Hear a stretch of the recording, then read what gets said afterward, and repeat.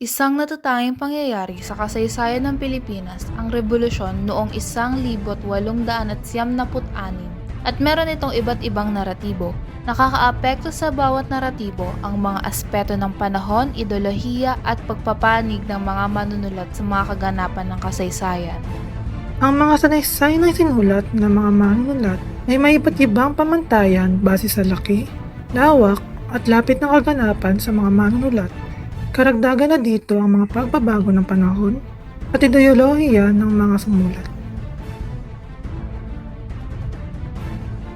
Iilang taon pa lang nang humilab ang pagsisiklab ng mga Pilipino laban sa mga Espanyol ay agad din silang sinalubong ng pananakop ng mga Amerikano.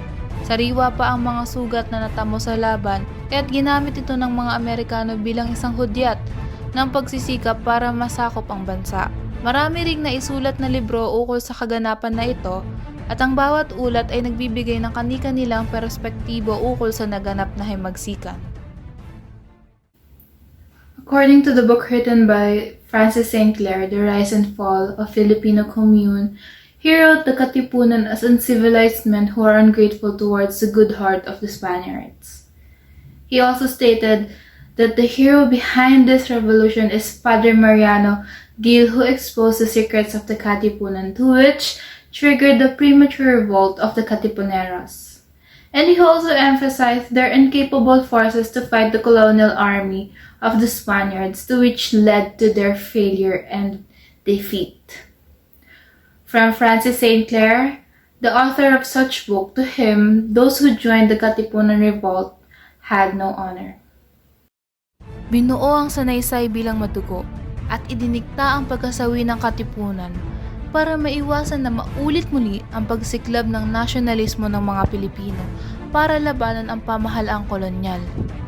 Ang kaisipang ito ay ang siyang nilalaman ng aklat ni Francis St. Clair at David Burrows. According to David Burrows, the author of the Philippine history, he documented the failure of the revolt under the leadership of Gobernador General Camilo Polavieja.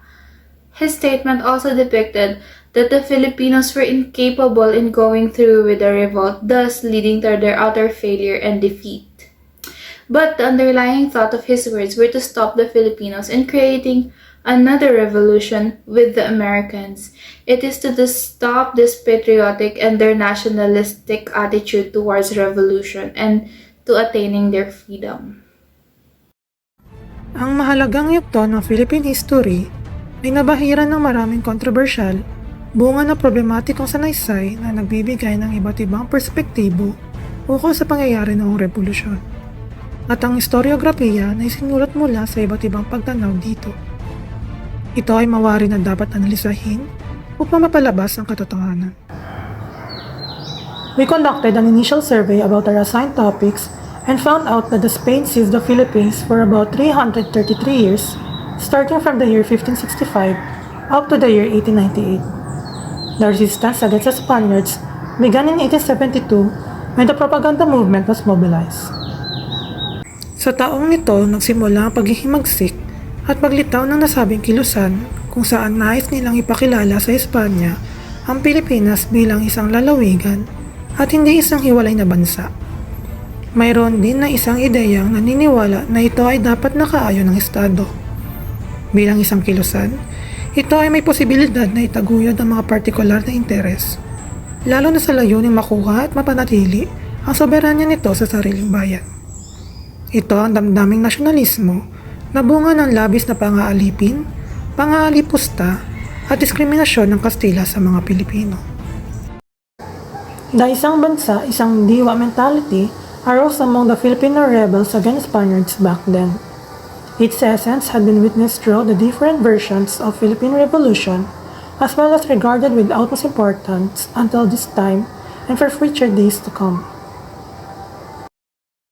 Sa pag-aaral na ito, ay sinuri ang mga aklat na nagtalakay sa Rebolusyong 1876 na naisulat sa iba't ibang mga panahon. Para sa panahon ng kolonyalismo Amerikano, ay sinuri ang aklat na naisulat ni Francis St. Clair na pinamagatang Katipunan, The Rise and Fall of Filipino Commune na inilathala noong 1902 at ang aklat na Philippine History ni David Burrows na inilathala noong 1914. So, Francis St. Clair is the creator of The Rise and Fall of the Filipino Commune. This book was written in 1902.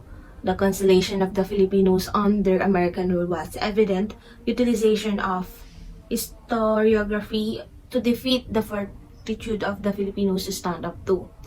The creator's inclination against the Spaniards likewise won, since he considered the Battle of the Katipuneros as crafted by the dissatisfied and ignoble. Ang perspektibo ng mga sumusulat ay nakakaapekto sa salaysay at ganun din ang panahon kung kailan niya ito naisulat. David Burrows is the author of a Philippine History. This book, composed during the prime of the American pioneer government in the Philippines, examined the disappointment of the Filipinos in the recent of battles against the Spaniards.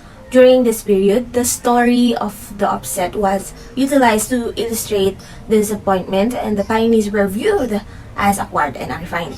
The power of their advantage in deterring the Filipinos from battling for their opportunity is maybe the fundamental justification for why they are so near examining the historical backdrop of the insurgency. Mayroong maraming bersyon at interpretasyon ang mga pangyayari noong revolusyon, at ang bawat isa ay nakabatay sa panahon at motibo ng sumulat nito. Marami man na matamo ang layunin na makita ang magkakatulad na impormasyon buhat sa magkasalungat na detalye sa bawat bersyon, ay mahalaga pa rin na pag-aralan ang salaysay ng revolusyon buhat sa iba't ibang mga panahon upang mas mabisang masuri ang nilalaman ng sanaysay at ang tunguhin nito. As a reader and a researcher of Philippine history from this present generation, I may explain the context of the book as a very specific but generalized information that can be used in the following ages ahead of us. What do I mean by precise, specific but generalized information? Like in the book of the authors Francis St. Clair and David Burrows, The Katipunan, Rise and Fall of the Filipino Commune, and the Philippine history has generalized information about the revolution in 1896. On the other hand, both authors focus on how incapable the Katipunan people was of fighting, during the early revolution, how ungrateful the Katipunan people are to those kind-hearted Spaniards, as St. Clair thinks that those Katipunan joiners had no honor towards the good Spaniards.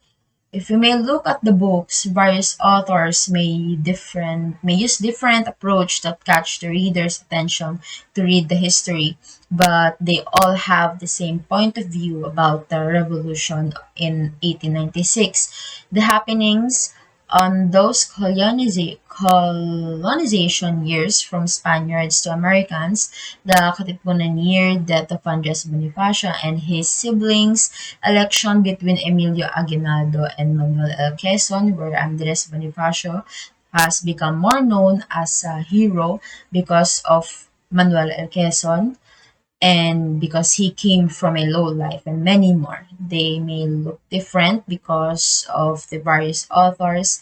They might have been a few changes or a little addition to the story, but the story behind, the lesson they wanted to tell, the legendary experience they wanted to share with the people of the Philippines are all the same and will continue to be the same in the future. Mahalagang suriin ang mga kaganapan ng nakaraan upang matukoy ang katotohanan ng mga pangyayari. Sa kabila ng maraming bersyon nito, ang mga sanaysay ng revolusyon ay isang mahalagang miliyahe para sa mga Pilipino, kahit pa ginagamit ito para paikutin ang mga loob at patriotismo ng mga mamamayan ng bayan. Importanteng malaman ng isang kaganapan na nangyari ngunit mahalaga ring maunawaan ang gamit ng iba't ibang detalye at bersyon upang matukoy ang tinatagong katotohanan sa ilalim ng motibo ng manunulat. Maging pagkakahawig o magkasalungat man ang mga detalye, ngunit ang nasuri gamit ang unang pahayag ay ang Revolusyon 1896 na magsasabing inilahad hindi upang matukoy ang katotohanan kung hindi upang magamit sa ibang layunin ayon sa panahong ito.